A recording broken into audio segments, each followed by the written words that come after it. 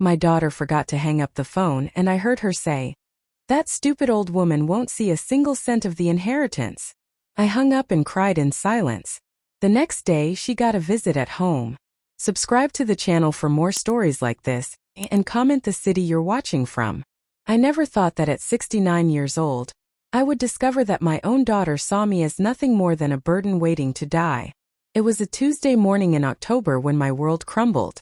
I was in the kitchen making my usual cup of tea, the same routine I'd followed for decades. The house felt too quiet since Harold passed away 3 years ago, but I had learned to find comfort in small rituals. Violet had stopped by the night before for one of her brief visits, and as always she'd left in a hurry, claiming she had important things to do. I was wiping down the counter when I heard it, a faint buzzing sound coming from the living room. Following the noise, I found Violet's phone wedged between the couch cushions, its screen glowing with an incoming call. She must have forgotten it in her rush to leave. I picked it up, intending to answer and let her know she could come back for it. But the call had already connected, and I could hear voices. I should have hung up immediately, but something in the tone made me pause. It was Violet's voice, sharp and impatient. "No, Marcus, you don't understand. The old bat is finally starting to slow down. She's been talking about how tired she gets, how her back hurts constantly." My hand froze on the phone. "Old bat. She was talking about me. I'm telling you it won't be much longer," Violet continued, her voice filled with an excitement that made my stomach turn. "And when it happens, everything changes. The house, the savings account Harold left her. Even that stupid jewelry collection she's always fussing over. It all comes to me." The man on the other end, Marcus, someone I'd never heard of, laughed. "You sound pretty confident about that inheritance." "Of course I am. That stupid old woman has no idea what she's sitting on. Harold was smarter with money than she ever gave him credit for. There's at least 400,000 in various accounts, plus the house is worth another 300.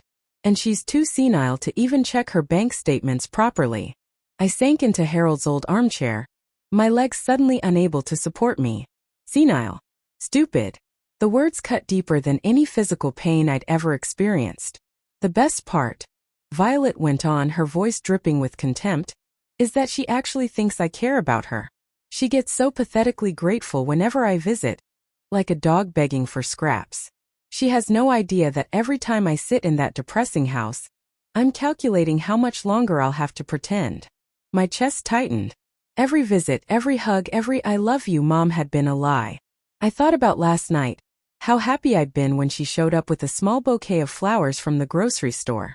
I'd made her favorite dinner, sat listening to her complain about her job, offered to help with her rent like I always did. And all the while, she was seeing me as nothing more than a bank account with a heartbeat. "She's always going on about how proud she is of me," Violet continued with a bitter laugh. "If she only knew how much I resent having to waste my time on her pathetic little problems. Do you know she still thinks I'm this devoted daughter? She actually told Mrs. Patterson from next door that I'm the light of her life." The light of her life. I had said that. Just last week, when Mrs. Patterson commented on how lucky I was to have such a caring daughter. I remembered the warmth I'd felt saying those words, the genuine pride in my voice. "But hey," Violet's voice took on a calculating tone, "at least I won't have to keep up this charade much longer. The way she's been looking lately, all pale and tired, I give it maybe 6 months. A year at most. Then I can finally live my life without having to pretend I care about some old woman who doesn't even realize she's already dead inside." The phone slipped from my trembling fingers and clattered to the floor. I stared at it, watching the screen go dark, but I could still hear Violet's laughter echoing in my ears. For several minutes I sat there in Harold's chair, unable to move, unable to think, unable to breathe properly. Everything I thought I knew about my life had just been revealed as a lie. The daughter I'd raised, sacrificed for, loved unconditionally, saw me as nothing more than an inconvenience. All those years of putting her needs before mine, of giving her money when she was struggling, of being proud of every small accomplishment. It had all been one-sided. I thought about the times I defended her to Harold when he worried she was too selfish, too demanding. I remembered telling him that she was just going through a phase, that she'd mature with time. How wrong I'd been. How blind I'd been. The cruelest part wasn't just what she'd said. It was the realization that I'd been living a complete illusion. Every time I'd felt grateful for her visits, every time I'd bragged about her to the neighbors, every time I'd told myself I was lucky to have such a daughter, I'd been celebrating my own deception. As I sat there in the growing darkness of the afternoon, I realized that at 69 years old, I was completely and utterly alone. And the person responsible for that loneliness was the one person I thought would never abandon me. I picked up the phone from the floor and placed it carefully on the coffee table. Tomorrow I would have to face Violet again, pretend I hadn't heard anything, continue living the lie that had become my life. But tonight I would allow myself to grieve for the daughter I thought I had, and the mother I thought I'd been. The silence in the house had never felt so heavy, and I had never felt so small. The next morning, I woke up hoping the previous day had been a nightmare. But as I lay in bed, staring at the ceiling Harold and I had painted together 20 years ago, I knew it was all real. The words echoed in my mind. Old bat, pathetically grateful, doesn't even realize she's already dead inside. I forced myself to get up, to make coffee, to pretend that my world hadn't collapsed. Around 10 o'clock, just as I was trying to distract myself with a crossword puzzle, I heard Violet's car in the driveway. My heart began to race. This would be the first time seeing her since learning the truth. She burst through the front door without knocking, something that had always irritated me but I'd never said anything about. Now I understood why she felt so entitled in her mind. This was already her house. Mom, I'm so sorry I left my phone here last night.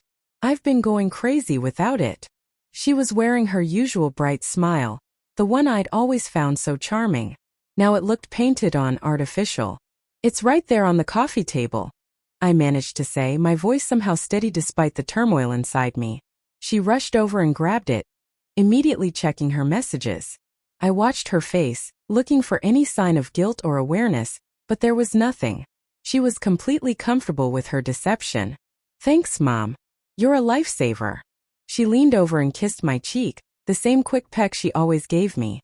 But now I could feel the emptiness in it, the mechanical nature of the gesture. How had I never noticed how cold her kisses were? I brought you something, she said, pulling a small bag from her purse. Inside was a package of store-brand cookies, the kind that cost maybe $2. In the past, I would have been touched by the gesture, would have thanked her profusely. Now I saw it for what it was. The cheapest possible token to maintain her facade. That's very sweet of you, dear. The words felt like sandpaper in my throat. She settled into the chair across from me, checking her phone periodically. So, how are you feeling today? You look a little tired. There it was, the concern that wasn't real concern. She was monitoring my health like a vulture watching wounded prey. I wondered if she reported back to this Marcus person about my condition. I'm fine, I said. Just the usual aches and pains of getting older. Her eyes lit up slightly at the mention of my age-related complaints. You know, Mom, you really should consider seeing a doctor about those pains. Sometimes these things can be more serious than we think. Was she hoping for a terminal diagnosis? The thought made me feel sick. I'll consider it, I said, studying her face. She had my eyes, Harold's stubborn chin, but where had this coldness come from? When had my little girl, the one who used to crawl into my lap during thunderstorms, become this calculating stranger? I worry about you living alone in this big house, she continued, her voice dripping with false concern. Maybe it's time to think about downsizing, or even one of those nice senior communities. You could make friends, have activities. I nearly laughed at the transparency of it. She wanted me out of the house so she could sell it. Even her suggestions for my well-being were motivated by greed. I'm not ready for that yet, I said firmly. This house has too many memories. Something flickered across her face, annoyance, maybe frustration. But it was gone so quickly I might have imagined it. Of course, Mom. I just want you to be happy. She reached over and patted my hand, and I had to resist the urge to pull away. Her touch felt contaminated now, tainted by the knowledge of what she really thought of me. We sat in silence for a moment, and I found myself really looking at her for the first time in years. She was 32 now, though she looked younger. She'd always been pretty, but there was something hard around her eyes that I'd never noticed before. Or maybe I'd chosen not to notice. I should probably get going, she said, standing up. I have a lunch appointment. Another lie, probably. Everything about her felt like a lie now. Will I see you this weekend? I asked, hating myself for the question but needing to know how long I'd have to prepare for her next performance. Of course. I was thinking we could go to that little restaurant you like. My treat. She smiled that bright, empty smile again. My treat. With what money? She'd been unemployed for 3 months, living off the assistance I provided. The restaurant would be paid for with my own money, but she'd take credit for the generosity. After she left, I sat in the quiet house and tried to process what I'd just experienced. It was like watching a skilled actress perform a role she perfected over years of practice. Every gesture, every expression, every word had been calculated to maintain the illusion of the loving daughter. I walked to the window and watched her drive away, probably heading to meet Marcus or whoever else she confided in about her pathetic, senile mother. I wondered how many people knew the truth about our relationship. How many people had she told about her inheritance plans? The phone rang, making me jump. It was Mrs. Patterson from next door. Riley dear, I just saw Violet leaving. She's such a wonderful girl. Always checking on you. You're so lucky to have her. Yes, I said quietly. I'm very lucky. As I hung up, I realized that Violet's deception wasn't just private. It was public. She'd convinced everyone in our small neighborhood that she was the devoted daughter, which meant my humiliation was complete. When the truth eventually came out, I would be the one who looked foolish, the old woman who couldn't see what was right in front of her face. I spent the rest of the day replaying every interaction we'd had over the past few years, looking for signs I'd missed. They were all there. The impatience quickly hidden.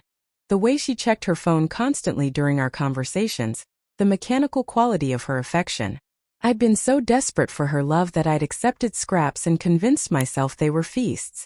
That evening, as I prepared dinner for one, I caught my reflection in the kitchen window. Violet was right about one thing. I did look tired, older than my 69 years. But it wasn't age that was wearing me down. It was the weight of loving someone who saw that love as a burden. I wondered how much longer I could keep up my own performance, pretending I didn't know what she really thought of me. And I wondered what would happen when I finally couldn't pretend anymore. The weekend dinner at the restaurant was torture. I sat across from Violet, watching her perform her role with disturbing skill while I struggled to maintain my own facade. She ordered the most expensive item on the menu, complained about the service, and left no tip. I paid the bill with a smile, just as she expected. But it was during our conversation that I learned something that made my blood run cold. Oh, I forgot to mention, she said casually, cutting into her steak. I ran into Sarah Mitchell at the grocery store yesterday. You remember Sarah, right? From my high school class. I nodded, remembering a quiet girl who used to come over for study sessions. Well, she's getting married next month, and she was talking about how expensive weddings are these days. I told her not to worry too much about money because, some of us are lucky enough to have family resources to fall back on. My fork paused halfway to my mouth. What do you mean? Violet waved her hand dismissively. Oh, I just mentioned that you've been so generous over the years, and that when the time comes, I'll be able to help my friends the way you've helped me. Sarah seemed really relieved to know that some of us have that kind of security. The implication was clear. She was already spending my money in her mind, already promising my resources to her friends. I felt like I was watching someone auction off my belongings while I sat right there. I hope you didn't make any commitments on my behalf, I said carefully. She laughed, that light, careless sound that used to make me smile. Of course not, Mom. I just wanted her to know that we're in a good position, that we don't have to worry about money the way some families do. As if we were a team, partners in some grand financial enterprise. But I knew the truth now. I was just the bank and she was the sole beneficiary. After dinner, I couldn't shake the feeling that I needed to understand the full scope of her plans. So I did something I'd never done before. I started investigating my own daughter. It began innocently enough. I called our family lawyer, Thomas Bradley, under the pretense of wanting to review my will. Harold and I had drafted it 15 years ago, shortly after his first heart attack, and I wanted to make sure everything was in order. Of course, Riley, Thomas said warmly. It's always wise to keep these documents current. Has there been any change in your circumstances that might affect your wishes? No major changes, I said. I'm just wondering, has anyone else inquired about my will recently? There was a pause. Well, I probably shouldn't say this, but since you're asking directly, Violet did call about 6 months ago. She said she was concerned about making sure everything was properly arranged for your care, if something happened to you. My heart sank. 6 months ago. She'd been planning this for at least that long. What exactly did she want to know? She asked about the process for executing a will, how long it typically takes, whether there were any complicated provisions that might delay things. She seemed very thorough in her questions. I thanked Thomas and hung up, my hands shaking. She wasn't just waiting for me to die. She was actively preparing for it. The next day, I drove to the coffee shop where Violet used to work part-time before quitting last year. Her former manager, Janet, was still there, and she remembered me. "Oh, Mrs. Hartwell. How lovely to see you. How's Violet doing?" "She's fine," I said, ordering a coffee I didn't want. "Actually, I was wondering if you could tell me something. Did she ever mention anything about family plans? Future plans?" Janet's expression grew uncomfortable. "Well, I probably shouldn't repeat workplace conversations, but she did mention once that she was going through a rough patch financially, but that it was temporary. She said she had some family resources she'd be able to access soon." Soon. She seemed to think it would be within the next year or two. She was actually quite specific about it, which struck me as odd at the time. Most people don't plan their finances around inheritance. I left the coffee shop feeling nauseated. Violet had been discussing my death with her coworkers as if it were a business opportunity. That evening, I made a decision that would have horrified the old me. I called Violet's landlord, Mr. Chun, under the pretense of wanting to surprise her with a rent payment. "That's very generous of you, Mrs. Hartwell," he said. "But actually, Violet's rent is 3 months behind. She keeps promising to catch up. But she also mentioned that she's expecting a large sum of money soon. She asked if I could wait until then. 3 months behind. She'd been asking me for grocery money and gas money while owing thousands in back rent. And she'd told her landlord she was expecting my money from my death.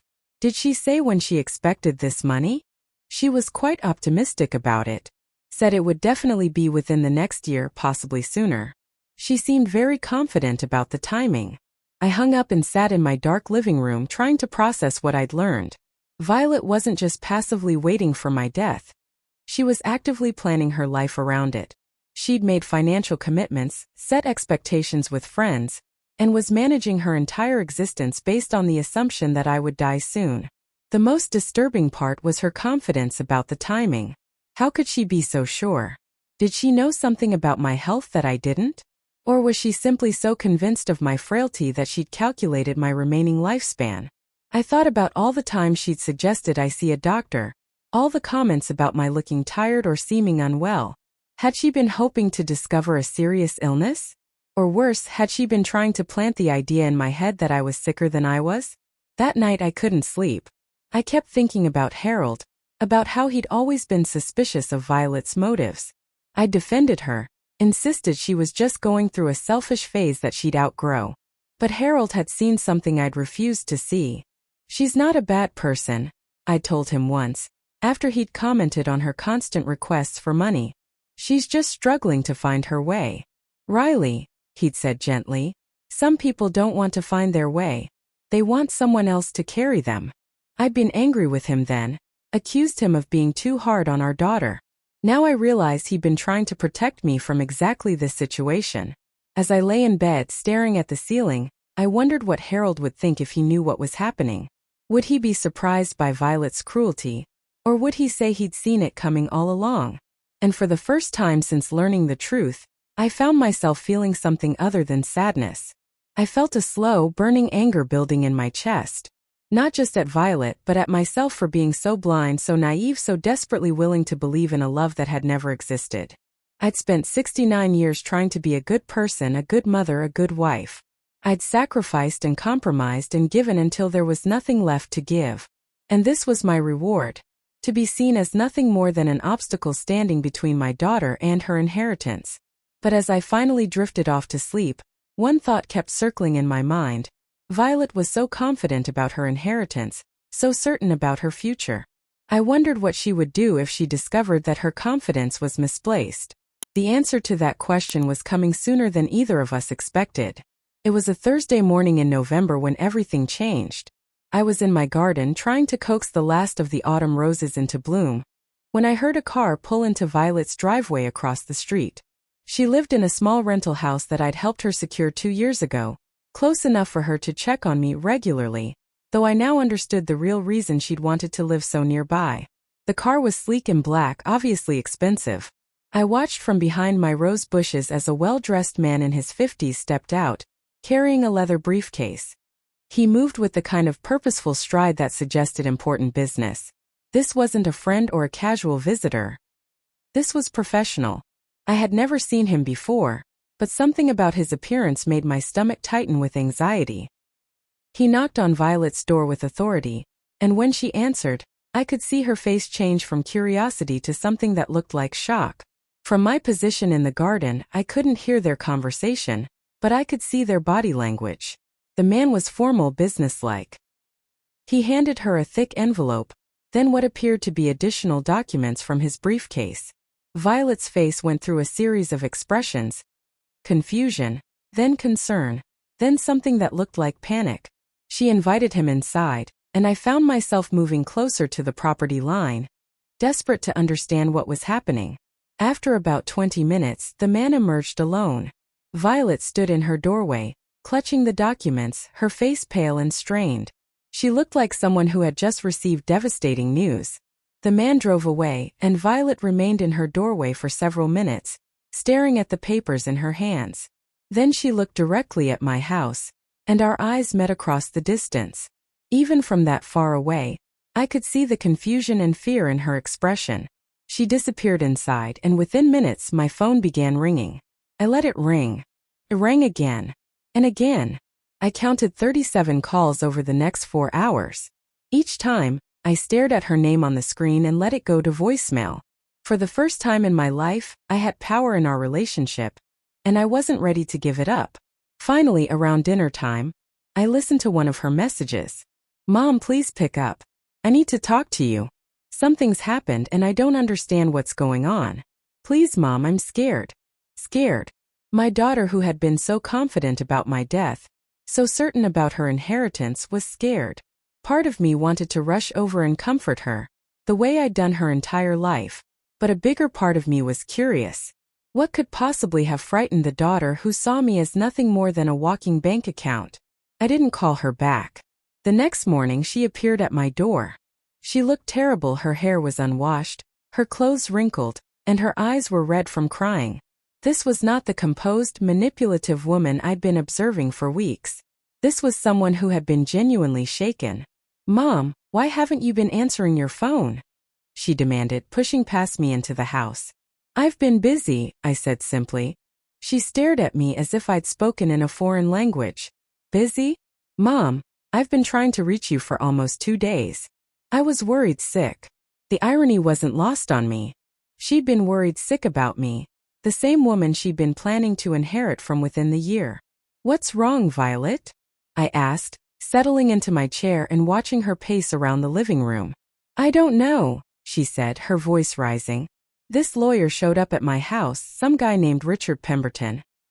He said he was representing the estate of Harold Hartwell." Harold's estate. My heart began to race, but I kept my expression neutral. "He gave me all these papers, legal documents that I don't understand. Something about provisions and conditions and—" "Mom, did you know about this?" "Know about what?" She pulled a crumpled paper from her pocket and thrust it at me. "This. Did you know that Harold left some kind of special instructions about his will?" I took the paper, my hand surprisingly steady. It was a formal legal document, dense with legal language, but certain phrases jumped out at me: conditional inheritance, behavioral requirements, and moral fitness clause. "I don't understand this language," I said truthfully. "What did the lawyer tell you?" "He said that Harold put conditions on his will that I didn't know about, that there are requirements I have to meet to inherit anything, but he wouldn't explain what those requirements were. He just said that my behavior was being evaluated, and that I should expect further contact." My mind was racing. Harold had never mentioned anything like this to me. As far as I knew, our wills were straightforward, everything to each other, then to Violet upon the death of the survivor. But this document suggested something far more complex. Did he say anything else? I asked. Violet collapsed into the chair across from me, looking more vulnerable than I'd seen her in years. He said that Harold was very specific about protecting your interests, that he wanted to make sure you were treated with the respect and care you deserved. I felt a flutter of something I couldn't identify. Hope? Confusion? Harold had been gone for 3 years. How could he be protecting me now? He also said, Violet continued, her voice dropping to a whisper, that they've been monitoring my behavior for the past year. That Harold arranged for some kind of oversight to make sure I was being a good daughter. The room went silent. I could hear my own heartbeat in my ears. Monitoring how? I asked. I don't know. He wouldn't say. But he mentioned that they had documentation of my interactions with you. My visits, my phone calls, my attitude. My phone calls. My breath caught. Could Harold have somehow known about the conversation I'd overheard? Was it possible that he'd arranged for Violet to be watched, recorded, evaluated? Mom, Violet said, and for the first time in years, her voice sounded genuinely small. I'm scared. What if I don't meet whatever requirements Harold set up? What if I lose everything? I looked at my daughter, really looked at her. She was terrified, but not of losing me. She was terrified of losing her inheritance. Even in this moment of vulnerability, her primary concern was money. I don't know what to tell you, I said honestly. But you must know something. You were married to him for 43 years. Did he ever mention anything about protecting you from me? Protecting me from her. The phrase hung in the air between us like an accusation. Why would he need to protect me from you? I asked quietly. Violet's face crumpled. I don't know, Mom. I don't know anything anymore. As I watched her cry, I realized that this was the first time in years that Violet had shown me genuine emotion. Not the manufactured concern, not the performance of filial duty, but real, raw feeling. Unfortunately, it was fear for her own future, not love for me.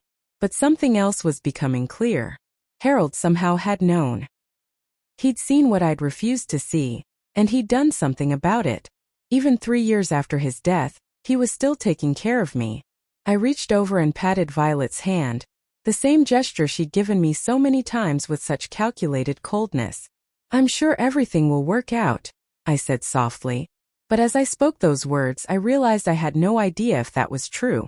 I didn't know what Harold had done, what conditions he'd set, or what the consequences might be.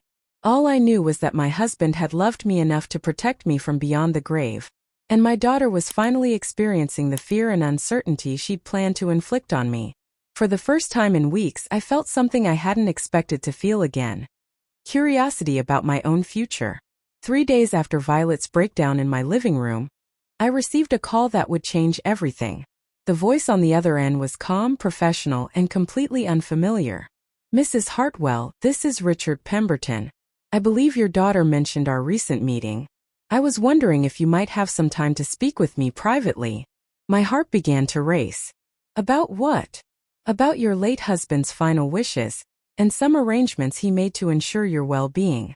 I think it would be best if we discussed this in person. We arranged to meet at a small cafe downtown, away from prying eyes and neighbors who might gossip. I spent the morning in a state of nervous anticipation, wondering what secrets Harold had kept from me, what plans he'd made without my knowledge. Mr. Pemberton was exactly as I'd observed from my garden, distinguished, professional, with kind eyes behind wire-rimmed glasses. He ordered coffee for both of us and spread several documents across the small table. Mrs. Hartwell, I want to begin by saying that your husband loved you very much. Everything he did was motivated by his desire to protect you. I nodded, my throat too tight to speak. Harold came to me approximately 18 months before his death. He was very concerned about your daughter's behavior and attitude toward you. He'd noticed patterns that worried him deeply. What kind of patterns? Mr. Pemberton pulled out a thick folder. Harold had been keeping detailed records. He documented every time Violet asked you for money, every occasion when she showed disrespect or impatience, every instance of what he called emotional manipulation. He was particularly concerned about her frequent comments regarding your health and her seeming eagerness to discuss your mortality.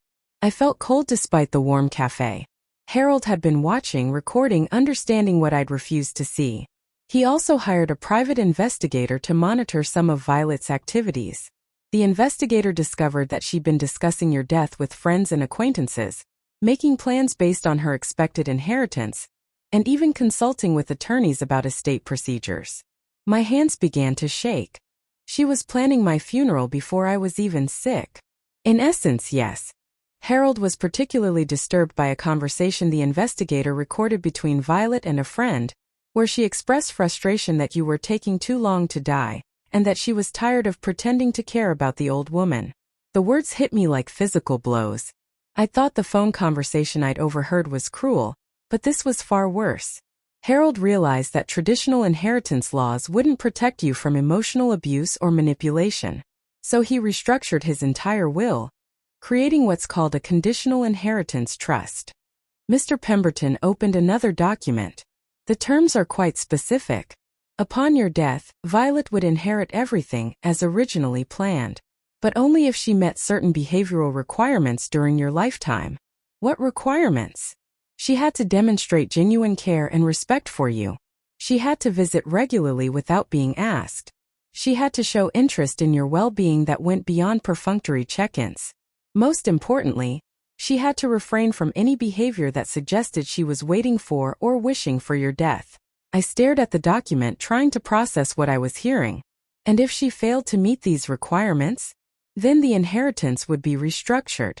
Everything would go to you, to use as you saw fit during your lifetime, with the remainder going to charities of your choosing upon your death.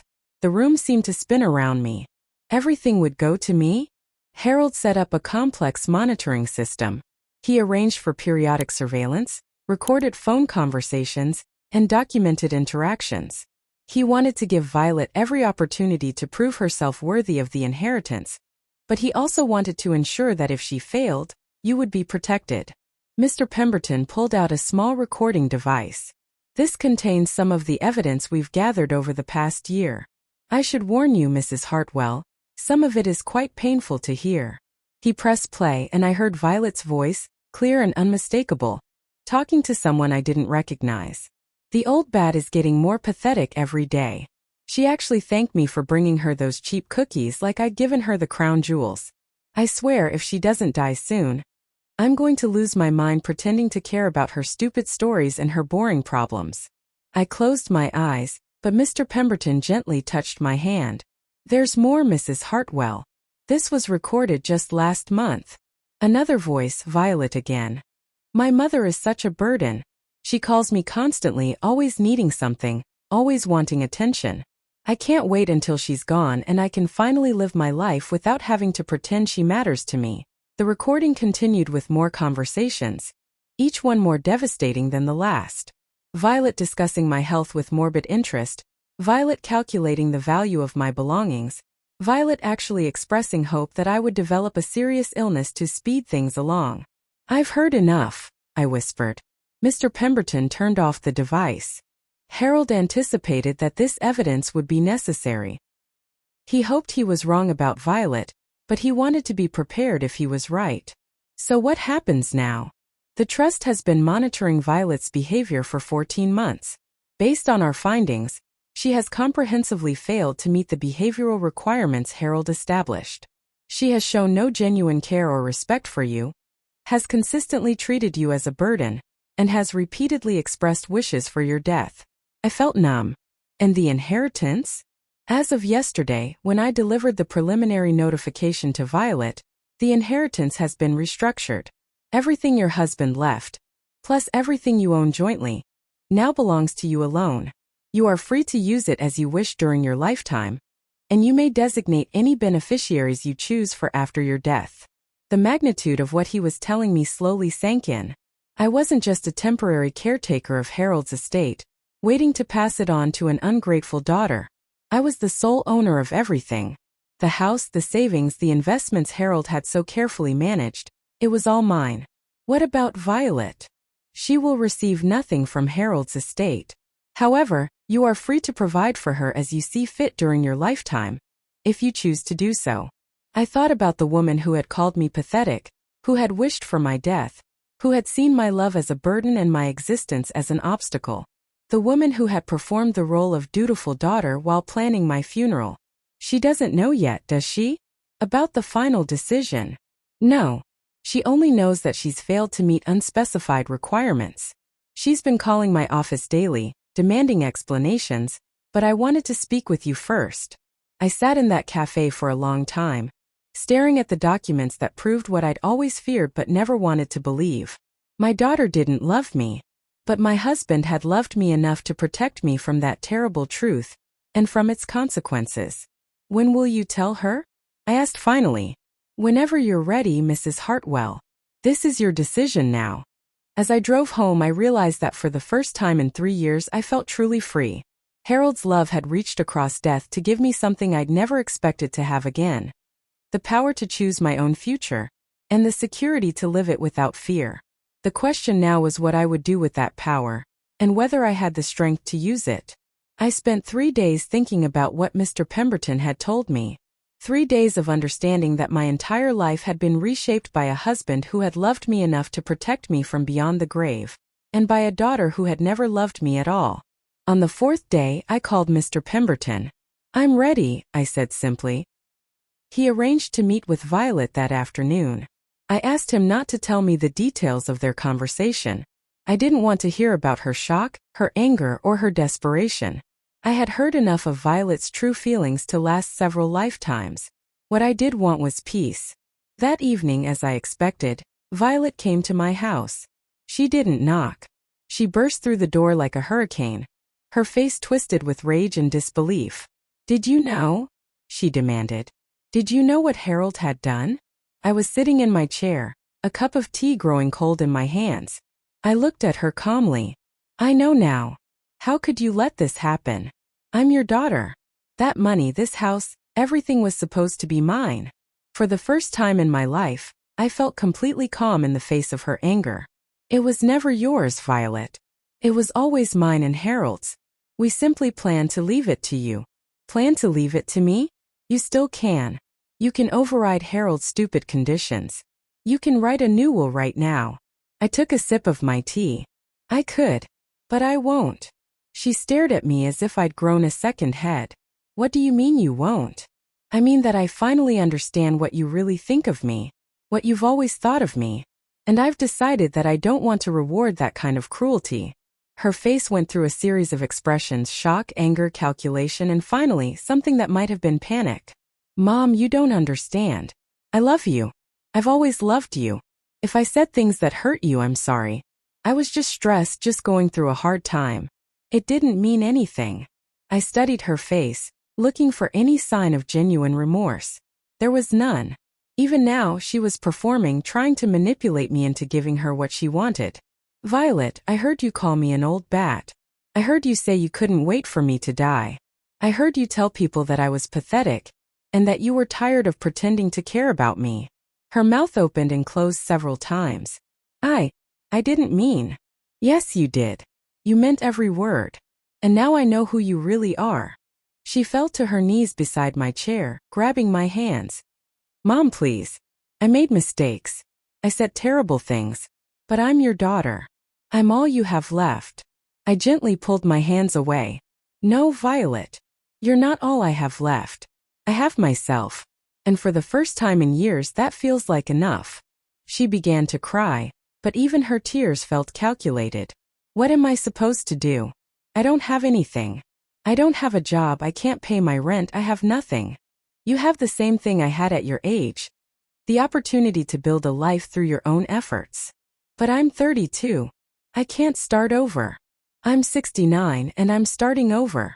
She stared at me, and I could see the exact moment when she realized that I wasn't going to change my mind. The performance stopped. The tears stopped. Her face hardened into something cold and ugly. You're going to regret this, she said quietly. I'm your only family. When you're old and sick and dying, you'll have no one. No one to visit you, no one to care about you, no one to even know when you're gone. I felt a deep sadness, but not for myself. I felt sad for the woman who thought that threatening to withhold love was a form of power, who couldn't imagine that someone might choose loneliness over manipulation. I'd rather be alone than be with someone who sees me as a burden, I said softly. She stood up, her face twisted with rage. Fine. Have it your way. But don't come crying to me when you realize what you've lost. She stormed out, slamming the door behind her. I heard her car start and drive away, and then there was silence. I sat in my chair for a long time, waiting to feel regret or grief or fear. But all I felt was an enormous sense of relief. The performance was over. The lies were finished. I no longer had to pretend to believe in a love that had never existed. Over the following weeks, I began to understand what freedom felt like.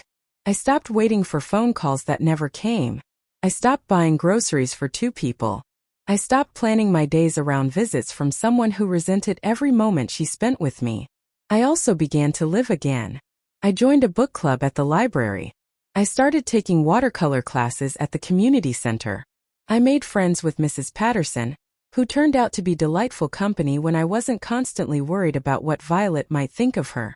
3 months after that final confrontation, I was working in my garden when I saw a moving truck at Violet's house. She was leaving town, probably to find new people to manipulate, new sources of support to drain dry. She didn't say goodbye.